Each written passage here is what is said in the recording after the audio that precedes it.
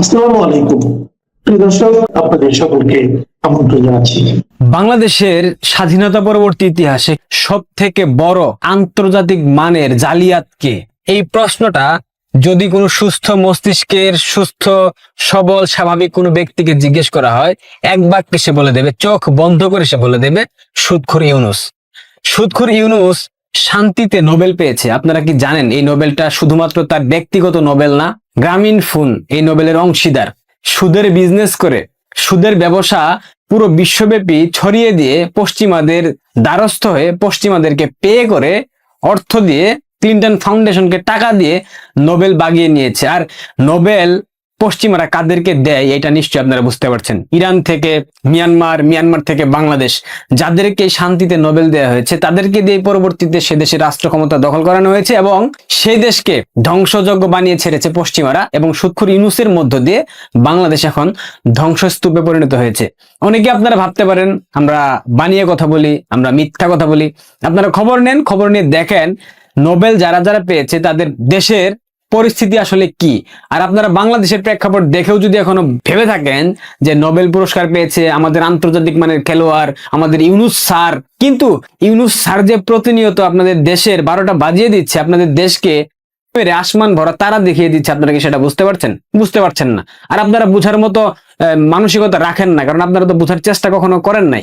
একটা দেশের রাষ্ট্রপ্রধান যখন সে দেশের সকল মানুষকে জালিয়াত বলে, বাংলাদেশের প্রত্যেকটা গণমাধ্যমে সেটা ভাইরাল হয় যে বাংলাদেশের সবাই জালিয়াত, বাংলাদেশের মানুষ ভিসা জালিয়াতি করে, বাংলাদেশের মানুষ পাসপোর্ট জালিয়াতি করে।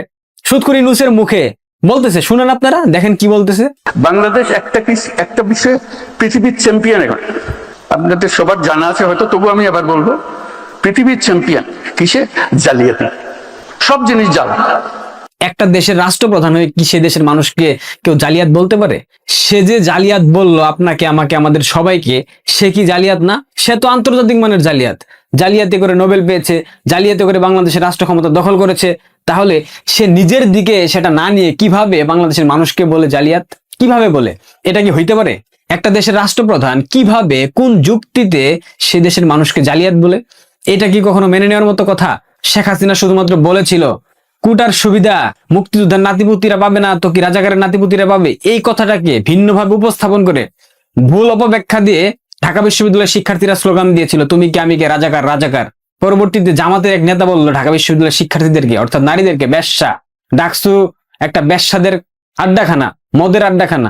কই, আমরা তো ঢাকা বিশ্ববিদ্যালয়ে কোনো সচেতন শিক্ষার্থীকে স্লোগান দিতে দেখলাম না, তুমি কে আমি কে, বেশ্যা বেশ্যা। কে বলেছে? কে বলেছে? জামাত নেতা, জামাত নেতা। দেখি নাই। আজকে সুদখোর ইউনূস বাংলাদেশের সবাইকে, শুধুমাত্র আপনাকে আমাকে বলেনি, শুধুমাত্র আওয়ামী লীগের নেতাকর্মী সমর্থকদেরকে বলেনি, সবাইকে গণহারে বলেছে বাংলাদেশের মানুষ জালিয়াত, আন্তর্জাতিকভাবে বাংলাদেশের মানুষ একটা কাজে পারদর্শী, জালিয়াতিতে। এটা বলার পর ঢাকা বিশ্ববিদ্যালয় থেকে কোনো মিছিল কিন্তু বের হয়নি। এটা বলার পর কোনো সুশীল সমাজ, বুদ্ধিজীবী, গণমাধ্যম কর্মী, সাংস্কৃতিক ব্যক্তিত্ব কেউ কিন্তু সুদখোর ইউনূসের এই কথার প্রতিবাদ জানিয়ে একটা বিবৃতি পর্যন্ত দেয়নি। কেন দেবে? কারণ সুদখোর ইউনূসের বেলায় সবকিছু হালাল, আর বঙ্গবন্ধু কন্যা শেখ হাসিনার বেলায় সবকিছু হারাম। কারণ শেখ হাসিনা বাংলাদেশের মানুষের ভাগ্য উন্নয়ন করেছিল। শেখ হাসিনা বাংলাদেশে একটা সুস্থ স্বাভাবিক রাজনৈতিক পরিস্থিতি এনে দিয়েছিল। শেখ হাসিনা বাংলাদেশের মানুষকে তলাবিহীন ঝুড়ি থেকে মধ্যমায়ের দেশে পরিণত করেছে। শেখ হাসিনা বাংলাদেশের অর্থনীতিকে, শেখ হাসিনা বাংলাদেশের সামাজিক কাঠামোকে পরিবর্তন করেছিল। শেখ হাসিনা বাংলাদেশের নারী ক্ষমতায়ন বৃদ্ধি করেছিল। শেখ হাসিনা বাংলাদেশের আইন শৃঙ্খলা স্বাভাবিক রেখেছিল। শেখ হাসিনা বাংলাদেশের সকল কাঠামোকে পরিবর্তন করেছে। শেখ হাসিনা পদ্মা সেতু করেছে, মেট্রো রেল করেছে, এলিভেটেড এক্সপ্রেসওয়ে করেছে, বিমানবন্দরের 3য় টার্মিনাল করেছে। কিন্তু সুদখোর ইউনূস গত 17 মাসে কিচ্ছু করতে পারে নাই। উল্টা বাংলাদেশের পাসপোর্ট দেখলে এখন লাথি মারে। বিশ্বের বিভিন্ন দেশের ইমিগ্রেশনে বাংলাদেশের পাসপোর্ট দেখালে তারা বলে, you are terrorist from terrorist country. বুঝেন আপনারা এইটা কতটা লজ্জার? যখন লাল সবুজের পাসপোর্ট দেওয়ার পর আপনাকে টেররিস্ট হিসেবে আখ্যা দেয় বিশ্বের বিভিন্ন দেশের ইমিগ্রেশন অফিসাররা, তখন এই লজ্জা কোথায় লুকাবো বলেন? আজকে সুদখোর ইউনূস বলতেছে বাংলাদেশের মানুষ জালিয়াতিতে এক্সপার্ট, বাংলাদেশের মানুষ জালিয়াতি করে। এটা কোনো কথা হইতে পারে? এটা কোনো রাষ্ট্রপ্রধানের বক্তব্য হতে পারে? আপনারা কেউ দেখেছেন কোন দেশের রাষ্ট্রপ্রধান তার রাষ্ট্রের সকল নাগরিককে বলে জালিয়াত, জালিয়াতিতে পারদর্শী? ধরেন জালিয়াত বাংলাদেশের মানুষ, কিন্তু মেইন স্ট্রিম মিডিয়ার সামনে এসে কি এ কথা বলতে পারে? সুদখোর ইউনূস অবৈধ হোক বৈধ হোক, সে তো রাষ্ট্রের প্রধান। সুদের ব্যবসা করে কি কোনো রাষ্ট্র পরিচালনা করা যায়? সুদখোর ইউনূস তো সুদের ব্যবসায়ী, সে সুদটা খুব ভালো বুঝে। রাষ্ট্র পরিচালনা কিভাবে করতে হয়, কূটনীতি কি, এগুলা কোনো কিছুই তার মধ্যে কোনো নাই, উপস্থিত নাই, অনুপস্থিত সবকিছু। জমির দালাল পররাষ্ট্র উপদেষ্টা তৌহিদ হোসেন, সে আবার আরেক দালালের কথা বলেছে। রোহিঙ্গাদের পাসপোর্ট দেওয়া মানে নাগরিকত্ব নয়। আপনারা কি জানেন বাংলাদেশে সরকার পতনের পর থেকে কত হাজার রোহিঙ্গাকে পাসপোর্ট দেওয়া হয়েছে? শুধুমাত্র রোহিঙ্গাদেরকে পাসপোর্ট দেওয়ার কারণে বাংলাদেশের পাসপোর্টের যে আইন ছিল, বিধিমালা ছিল, রুলস ছিল, সেগুলো সবকিছু বাতিল করে দিয়েছে। পুলিশ ভেরিফিকেশন নামে যে একটা শব্দ ছিল পাসপোর্ট করতে গেলে করতে হতো, সেটা এখন আর লাগে না। তার মানে রোহিঙ্গাদেরকে পাসপোর্ট দিয়ে রোহিঙ্গাদেরকে বিশ্বের বিভিন্ন প্রান্তে পাঠাচ্ছে, আর সেই রোহিঙ্গারা বিভিন্ন দেশের ইমিগ্রেশন নিয়ে আকাম কুকাম করতেছে, আর সেই ইফেক্ট পড়তেছে আমাদের মতো সাধারণ মানুষ যারা আছে বাংলাদেশে তাদের উপর। এবং এটা পরিকল্পিত, এটাও ডিপ স্টেটের একটা ষড়যন্ত্র, বাংলাদেশের পাসপোর্টকে আন্তর্জাতিক পরিমণ্ডলে একদম মাটির নিচে নামিয়ে ফেলা, এবং সেটা করেছে সুদখোর ইউনূস, কিন্তু এই ক্ষেত্রে অনেক সফল। আসল কথায় আসি, অনেকেই গণভোট নিয়ে আমাকে কথা বলার জন্য বলেছিলেন, আমি একটা পর্ব বানিয়েছিলাম। আজকে গণভোট নিয়ে একটা সংক্ষিপ্ত আপনাদেরকে উদাহরণ দেই। সংস্কার কমিশনের আলী রিয়াজ একটা বক্তব্য দিয়েছে, নির্বাচনের পর সংসদ সদস্যরা 180 দিনের জন্য গণপরিষদ হিসেবে কাজ করবে। আলী রিয়াজ, নির্বাচনের পর 180 দিন, দ্যাট মিনস কত মাস? 6 মাস। অর্থাৎ নির্বাচনে যদি বিএনপি ক্ষমতায় আসেও, যদি তারেক রহমান প্রধানমন্ত্রী হনও, সেক্ষেত্রে অন্তর্বর্তীকালীন সরকারের গণপরিষদ তাদের কার্যক্রম অব্যাহত রাখবে। অর্থাৎ যদি হা ভোটে কোনোভাবে অন্তর্বর্তীকালীন সরকার অর্থাৎ হা ভোট জিতে যায়, সুদখোর ইউনূস জিতে যায়, সেই ক্ষেত্রে তারা 180 দিন গণপরিষদ হিসেবে কাজ করবে। তার মানে মুদ্রা কথা হলো, তারেক রহমান প্রধানমন্ত্রী হলেও প্রায় 180 দিন সুদখোর ইউনূস তার ক্ষমতার কর্তৃত্ব ধরে রাখবে। যার কারণে সুদখোর ইউনূসের প্রেস উইংস এর পক্ষ থেকে জানানো হয়েছে মার্চে জাপান সফরে যাচ্ছেন প্রধান উপদেষ্টা সুদখোর ইউনূস। ক্লিয়ার? বুঝতে পেরেছেন? আরো ব্যাখ্যা দিতে হবে। অর্থাৎ বিএনপি যদি রাষ্ট্র ক্ষমতায় আসেও নির্বাচনের মধ্য দিয়ে, তারপরেও বিএনপিকে পুরোপুরি রাষ্ট্র ক্ষমতা পেতে 180 দিন অপেক্ষা করতে হবে। 6 মাস বিএনপিকে অপেক্ষা করতে হবে সরাসরি ক্ষমতা নেওয়ার জন্য, কিংবা সংসদ গঠনের জন্য, কিংবা হোয়াটএভার যাই হোক না কেন। অর্থাৎ রাষ্ট্র ক্ষমতা পুরোপুরি নিয়ন্ত্রণে নিতে বিএনপিকে 6 মাস অপেক্ষা করতে হবে, যদি নির্বাচনে গণভোটে হা জয়যুক্ত হয়। এবং যে প্রেক্ষাপট আমরা দেখতে পাচ্ছি, যদি কোনো কারণে জামাতকে নির্বাচনে জিতিয়ে দেওয়া হয়, সেক্ষেত্রে প্রেক্ষাপট অন্যদিকে চলে যাবে। যদি জামাত জয়যুক্ত না হয়, সেক্ষেত্রে গণভোটে হা জয়যুক্ত হবে, এটুকু নিশ্চিত থাকতে পারেন আপনারা। বিএনপি ক্ষমতায় আসুক, বিএনপি রাষ্ট্র ক্ষমতায় ভোটের মাধ্যমে জিতুক, বাট হা কিন্তু জয়যুক্ত হবে। আর হা জয়যুক্ত হলে বিএনপির তারেক রহমানের, তারেক ভাইয়ার ক্ষমতায় আসার যে বাসনা, যে ইচ্ছা, যে আকাঙ্ক্ষা, সেটা কিন্তু আসলে আদৌ পূরণ হচ্ছে না। সো ভাবতেই পারছেন গণভোট বাংলাদেশের মানুষের জন্য একটা প্রতারণার ফাঁদ। এখন আপনারা গণভোট দিতে যাবেন কিনা, আপনারা জাতীয় নির্বাচনের ভোট দিতে যাবেন কিনা, এটা সিদ্ধান্ত পুরোপুরি আপনাদের। তবে আওয়ামী লীগ বিহীন নির্বাচনে এই নির্বাচন আন্তর্জাতিকভাবে কোনোদিনও গ্রহণযোগ্য হবে না। এই নির্বাচন বাংলাদেশের ইতিহাসের সব থেকে জঘন্যতম নির্বাচন হবে, সব থেকে বেশি প্রশ্নবিদ্ধ নির্বাচন হবে। সুতরাং আপনাদের প্রত্যেকের উচিত হবে নির্বাচন কেন্দ্রে ভোট দিতে না যাওয়া। আপনারা অনুপস্থিত হয়ে একটা ইতিহাস সৃষ্টি করে দেন যে নির্বাচনে বাংলাদেশ আওয়ামী লীগ নাই, যে নির্বাচনে সাধারণ মানুষের মত প্রকাশের অধিকার নাই, তাদের প্রার্থী নির্বাচনের অধিকার নাই, সেই নির্বাচন আপনারা একযোগে বয়কট করেন। তাহলে এরা বুঝে যাবে গণভোট আসলে জায়গা বরাবর ঢুকে গিয়েছে। আমি 12 তারিখে একটি নির্বাচনের কথা শুনছেন, যে নির্বাচনকে কেন্দ্র করে দেশে বিদেশে প্রশাসনে এবং বিভিন্ন রাজনৈতিক দলের মধ্যে এবং রাজনীতির বাইরের মানুষের মধ্যে এক ধরনের আতঙ্ক বিরাজ করছে। কেন বিরাজ করছে? মানুষ জানে না এই নির্বাচনটিতে বাংলাদেশের ভাগ্য, বাংলাদেশ নামক রাষ্ট্রটি কোন ডাইরেকশনে রওনা দিবে। প্রধানত 2টি দল এই নির্বাচনে অংশগ্রহণ করছে, আর যে দলটি বাংলাদেশের জন্ম, বাংলাদেশের ইতিহাস এবং বাংলাদেশের আজকের যে মধ্য আয়ের বাংলাদেশ, এইটি বিনির্মাণের সাথে যাদের সবচাইতে বেশি ভূমিকা, সেই দলটিকে ফ্যাসিস্ট ইউনূস সরকার, এ অবৈধ ইউনূস সরকার কিছু বাটপার এবং চাটুকারকে নিয়ে আওয়ামী লীগ সরকারকে তার বাইরে রেখেছে। এটা হচ্ছে তার মেটিকুলাস ডিজাইনের অংশ। কারণ এই বাংলাদেশ নামক বদ্বীপটি পৃথিবীর নানান শকুনদের দৃষ্টিতে পড়েছে। এই দৃষ্টিতে পড়ার মূল কারণ হলো ভারতীয় উপমহাদেশ, চায়না, জাপান এবং এই কন্টিনেন্টের অন্যান্য দেশ পৃথিবীতে এমন একটা জায়গা তৈরি করেছে, এখন অর্থনীতি বলেন আর জনসংখ্যায় বলেন, প্রভাব প্রতিপত্তিতে বলেন, তারা কিন্তু আগামী বিশ্বের প্লেয়ার। তাই যারা আজকের দিনের মোড়ল, তারা চিন্তা করলো আমরা তো এইভাবে এই ভারতীয় উপমহাদেশ, এই ইন্দো চায়না, এই জাপান উপসাগর, মধ্যপ্রাচ্য, তাদেরকে এইভাবে উঠে যেতে দিতে পারি না। তাহলে আমাদেরকে কি করতে হবে? তাদের টুটি চেপে ধরতে হবে। আর এই টুটি চেপে ধরতে হলে 7 সমুদ্র 13 নদীর পার থেকে তো বিমান চালিয়ে সেখানে যুদ্ধ করা যাবে না। 7 সমুদ্র 13 নদীর ওপার থেকে তো সৈন্যবাহিনী উড়িয়ে আনা যাবে না। সপ্তডিঙ্গা নৌবহর চালাতে গেলেও একটা দীর্ঘ সময় লাগবে। তাহলে কি করতে হবে? মির্জাপুর তৈরি করতে হবে গরিব।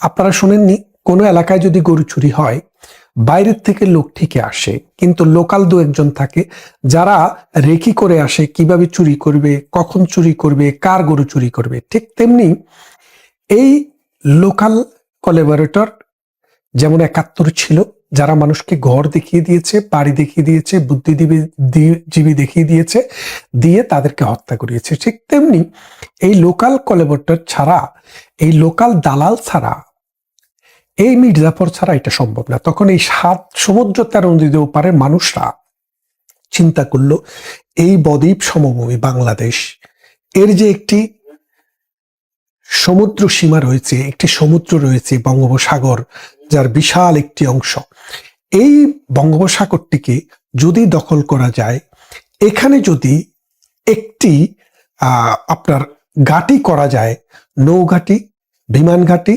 সর্বোপরি একটি সামরিক ঘাঁটি তৈরি করা যায়, তাহলে মাত্র এই দক্ষিণ পূর্ব এশিয়া, এই চীন, এই ভারত, এই মধ্যপ্রাচ্যকে কবজা করে রাখা সহজ হবে। সেই জন্যই এই বাংলাদেশের প্রতি তাদের দৃষ্টি পড়েছে। এই দৃষ্টি পড়ার পর তারা কিন্তু বাংলাদেশের প্রতি দৃষ্টিটা প্রথমে পড়ে নাই। প্রথমে ভারত, তারপরে শ্রীলঙ্কা, তারপর মিয়ানমার, ওইসব দেশের সাথেও তারা সলা পরামর্শ করেছে, কিন্তু কেউই তাদের ডাকে সাড়া দেয়নি। কিন্তু বাংলাদেশে যে সরকার ছিল তারাও দেয়নি। তখন তারা ডক্টর ইউনূসের মতো মেটিকুলাস ডিজাইনের একটা প্ল্যান হিসেবে তাকে নিয়ে আসলো। নিয়ে আসার পর তার মাধ্যমে অনেক কিছু ফায়দা হাসিলের চেষ্টা করেছে, কিন্তু যেহেতু সে একটি তত্ত্বাবধায়ক বা অন্তর্বর্তীকালীন সরকার, অনেক কিছু করার এবং সিদ্ধান্ত নেওয়ার ক্ষমতা তার নেই। তাই তারা দৃষ্টি দিয়েছে আগামী নির্বাচনে কোন তাবেদারকে তারা নিয়ে আসবে, যারা বাংলাদেশের স্বার্থ, বাঙালির স্বার্থ, এই বদ্বীপ সমভূমির স্বার্থ বিক্রি করতে পারবে। সেই জন্য তারা টার্গেট করেছে যারা জীবনে কোনোদিন ক্ষমতার স্বাদ পায় নাই, তাদেরকে যদি ক্ষমতাটা দেওয়ার চেষ্টা করা যায়, তাহলে মনে হয় তাদের স্বার্থটা হাসিল হবে। আর এখানে দুইটি জোটের মধ্যে বিএনপি 3-4 বার ক্ষমতায় ছিল। শুধু ক্ষমতায় কখনো এককভাবে বা দলগতভাবে হইলেও মানে ডমিনেন্ট পজিশনে জামাত কখনো ছিল না। তাই এখন জামাত মরিয়া, যদি দরকার হয় বাংলাদেশের 2টা ডিস্ট্রিক্ট বিক্রি করে দেওয়া, তাও তারা দিবে। যদি দরকার হয় সমুদ্র, বাংলাদেশের সমুদ্র পুরোটা বিক্রি করে দেওয়া, তাও তারা দিবে। যদি দরকার হয় তারা দোজগে যাওয়ার জন্য বেহেশতের টিকিট বিক্রি করবে, তাও তারা করবে। যদি দরকার হয় ইসলামকে বিক্রি করে দিবে, তাও তারা করবে, এবং সেটা করছে। আমরা দেখছি 2 দিন আগেও যেই সব ছেলে পেলে বিএনপির জন্য গলা ফাটিয়েছে, পাল্লা মার্কা নিয়ে কিন্তু তারা এখন নির্বাচন করছে। তো এই অবস্থায় আগামী নির্বাচনটি কোন দিকে যাবে, সেটা একটা বড় ভয়ের কারণ হয়ে দাঁড়িয়েছে। এখন যদি সুষ্ঠু নির্বাচন হয়, আওয়ামী লীগ নেই, মানুষের পার্টিসিপেশন একদম নিম্নমানের হবে, সেটাকে পুলিয়ে পাপিয়ে দেখানোর জন্য আগে থেকে ওই ডাস্টবিন শফিক কিন্তু ঘোষণা দিয়ে রেখেছে যে তিনি নির্বাচনের ভোট গণনা হতে সময় লাগবে, কারণ কাকে কোথায় পাশ করানো হবে, কার বক্সে কত ভোট দেওয়া হবে, সেটা স্থির করতে একটু সময় লাগবে। এটা আগে থেকে বলে দিয়েছে, ভালো। এটা অন্তত মানুষ জানলো যে ইঞ্জিনিয়ারিং করার জন্য যে পরিকল্পনা বাস্তবায়ন করার জন্য যে সময় দরকার, তারা সেই সময়টি জনগণের কাছ থেকে চেয়ে নিচ্ছে। তারপর আসেন, এই চেয়ে নেওয়ার ফলে ধরেন যদি সুষ্ঠু নির্বাচন তারপরেও হয়, বিএনপির ল্যান্ডস্লাইড ভিক্টরি হবে। এখন বিএনপিকে কি ভিক্টরি দেওয়ার জন্য ডক্টর ইউনূস নির্বাচনের আয়োজন করেছেন? করেননি। ডক্টর ইউনূস নির্বাচনের আয়োজন করেছে তার প্রভুদেরকে খুশি করার জন্য, অর্থাৎ তাকে যারা একটা পরিকল্পনার অংশ হিসেবে বাংলাদেশের মসনদে বসিয়ে যত সব অপকর্ম করাচ্ছে, বাংলাদেশের অর্থনীতিকে ধ্বংস করছে, বাংলাদেশের উন্নয়নকে ধ্বংস করছে, বাংলাদেশের গত 53 বছরের ইতিহাস এবং ঐতিহ্যকে ধ্বংস করাচ্ছে তাকে দিয়ে। তাদের একটা প্ল্যান আছে, সেই প্ল্যানের অংশ হিসেবে কাকে কোথায় পাশ করাতে হবে সেটা কিন্তু তারা নোট দিয়ে দিয়েছে। তো সেই জন্য ডক্টর ইউনূস বিএনপিকে পাশ করানোর কোনো মনোবাসনা নিয়ে নির্বাচন দিচ্ছে না। এখন বিএনপির পরিবর্তে তারা চাচ্ছে জামাতকে যদি ক্ষমতায় আনা যায়। এখন জামাত যদি ক্ষমতায় আসে, ধরেন তার মেটিকুলাস ডিজাইনে জামাতকে নিয়ে আসতে চাইল, তাহলে কি হবে? আপনারা অনেকে বলছেন যে বিএনপিকে দেখছি, আওয়ামী লীগকে দেখছি, জাতীয় পার্টিকে দেখেছি, এবার একটু জামাতকে দেখি, এরকম অনেকে ভাবছেন। তো কারণ জামাতকে দেখলে জামাতের ভবিষ্যৎ কি হবে সেটা আপনারা দেখবেন, তারপরে সিদ্ধান্ত নেবেন। অনেকে এটার প্রতি উত্তরে বলছেন অনেক কিছুই তো খেলেন, গু তো আর খেলেন না, একবার গু খেয়ে দেখেন। তা আমি সেই কঠিন কথায় যাব না। অনেকে দেখতে চান, ভালো কথা, দেখতে চান, কিন্তু দেখার আগে আরো একটু বিশাল ক্যানভাসে দেখেন। সারা পৃথিবীতে জামাতি চেতনার যে রাষ্ট্রগুলো আছে, মৌলবাদী চেতনার যে রাষ্ট্রগুলো আছে, ধর্মীয় মৌলবাদের ভিত্তিতে অর্থাৎ সাম্প্রদায়িক চেতনায় যে রাষ্ট্রগুলো আছে, তৈরি হয়েছে রাজনৈতিক দলের মধ্যে, সেই রাষ্ট্রগুলোর কি অবস্থা আছে? 1 নাম্বার, বাইতুল মোকাররমে, ঢাকার রমনায়, বিভিন্ন জায়গায় আমরা ওয়াজ শুনতাম, তারপরে আমরা বিশাল হাকডাক শুনতাম যে আমরা হব তালেবান, বাংলা হবে আফগান। খেয়াল করে দেখেন, বাংলা হবে আফগান, আমরা হব তালেবান। তাদের যে সে তালেবান হওয়ার আকাঙ্ক্ষা, সেই তালেবান রাষ্ট্রটির দিকে তাকান। দক্ষিণ পূর্ব এশিয়াতে বা এশিয়া মহাদেশে সবচাইতে কম মাথাপিছু আয়ের দেশ, মাত্র 600 মাথাপিছু আয়, ডলার মাথাপিছু আয়, সেই দেশটির নাম হচ্ছে আফগানিস্তান। তার মানে আপনাকে আফগানিস্তান তারা বানাতে পারবে, কারণ আপনি তো সেই মডেলের দিকে যেতে চান। তো এই তালেবানি মডেল, এই আফগানি মডেল, আপনার শিশুর যদি মেয়ে হয় তার কপাল খারাপ। 5ম শ্রেণীর উপরে তিনি আর পড়াশোনা করতে পারবেন না, রাজনীতিতে তার অংশগ্রহণ থাকবে না। কেন বলছি রাজনীতিতে আর নারী থাকবে না? জামাতে ইসলামী 280 বা 300টি আসনে তার জোট সহ প্রার্থী দিয়েছে। তার মধ্যে জামাতে ইসলামীর প্রার্থী হচ্ছে 200-র উপরে, 250 প্রায়। এই 250 আসনের মধ্যে জামাতে ইসলামের একজনও কি নারী প্রার্থী আছে? নেই। কেন নেই? কারণ তারা নারী বিদ্বেষী। এই নারী বিদ্বেষী লোককে, তারা নারীকে বিশ্বাস করে দাসী হিসেবে, বান্দি হিসেবে, এবং সেই জন্য এই বান্দি দাসীদেরকে তাদের ভাষায় তারা জায়গায় জায়গায় লেলিয়ে দিয়েছে, ঘরে ঘরে গিয়ে বিকাশে টাকা দিচ্ছে, বিভিন্নভাবে তাদেরকে বুঝিয়ে পুষলিয়ে পাল্লা মার্কায় ভোট দেওয়ার জন্য তৈরি করা হচ্ছে। অথচ এই নারীরা জানে না তার জন্য বিষ নিয়ে এসছে, সে ওই বিষ খেয়ে তার শিশু সন্তান সহ মারা যাওয়ার ব্যবস্থা করছে। খেয়াল করে দেখেন, একজন নারী প্রার্থীও জামাতের নেই। শরিকদের থাকতে পারে, শরিকদের কথা তো আলাদা, কিন্তু জামাতের একজনও নারী প্রার্থী নেই।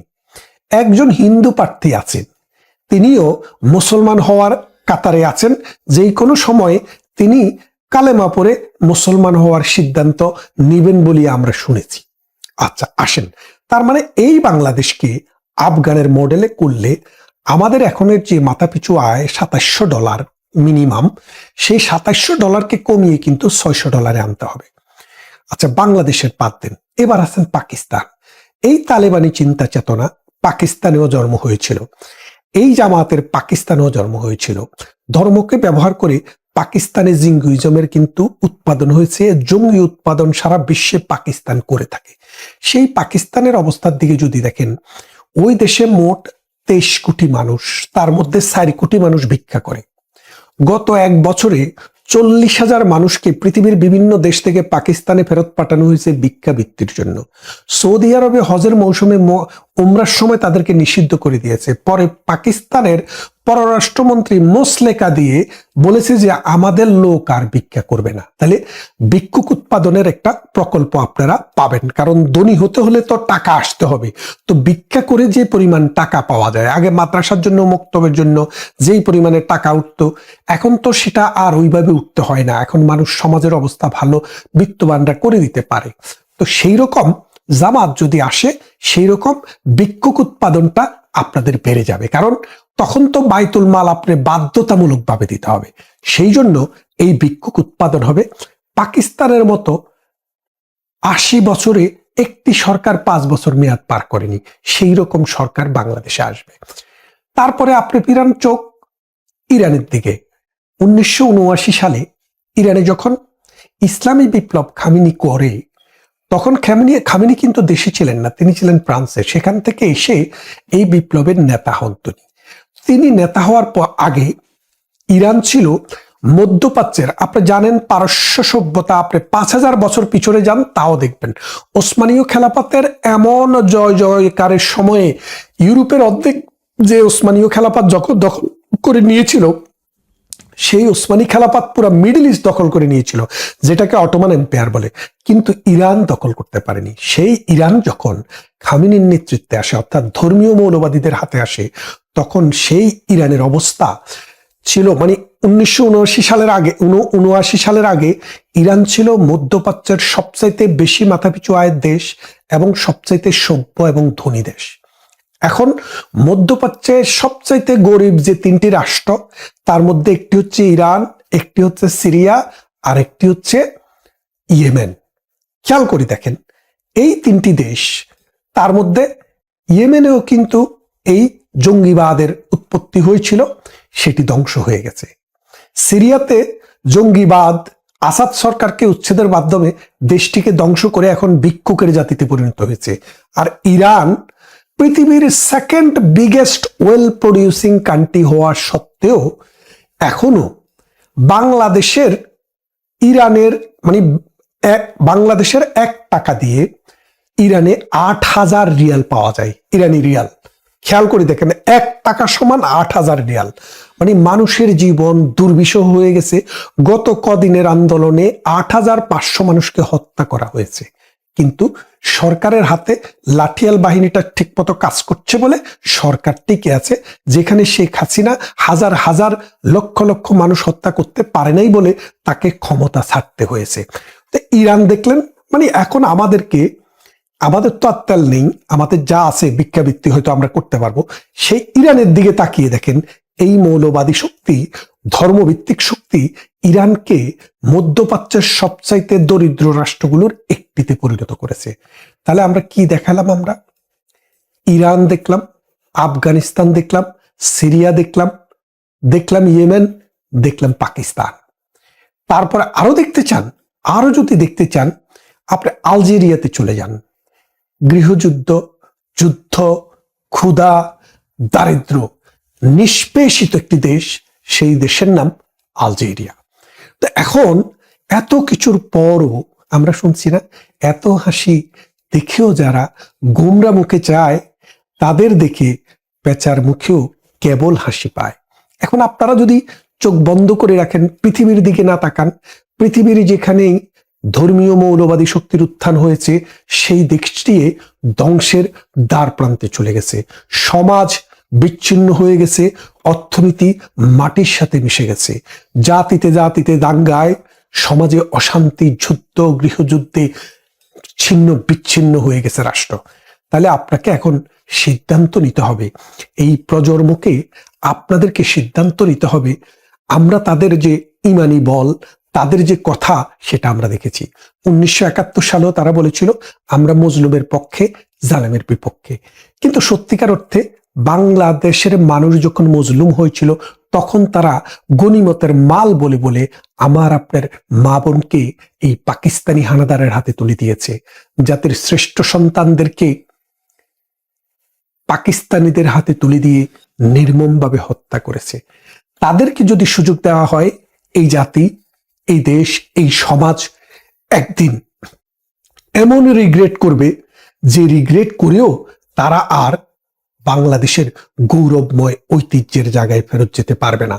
এই সমাজ, এই রাষ্ট্রকে যদি টিকাতে হয়, ধর্মভিত্তিক শক্তিকে, বেহেশতের টিকিট বিক্রি করা শক্তিকে এবং নারী বিদ্বেষী শক্তিকে বর্জন করতে হবে, এবং এই দেশ, এই সমাজের হাজার হাজার বছর থেকে চলে আসা ইতিহাস, ঐতিহ্য, মুক্তিযুদ্ধকে ধারণ করতে হবে।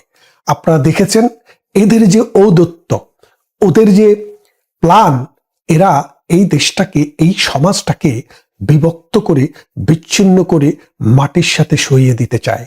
বিএনপি, আওয়ামী লীগ এরা ক্ষমতায় থাকলে অন্য দলের লোকও চাকরি পায়, কিন্তু জামাত যদি ক্ষমতায় থাকে, জামাত ছাড়া অন্য কোনো লোক টয়লেটের দারোয়ানির চাকরিও পাবে না। তাই আসুন সময় থাকতে আমরা আমাদের চিন্তা, আমাদের চেতনা, আমাদের দেশ, আমাদের মাটি এবং মা যাদের দ্বারা দর্শিত হয়েছে তাদেরকে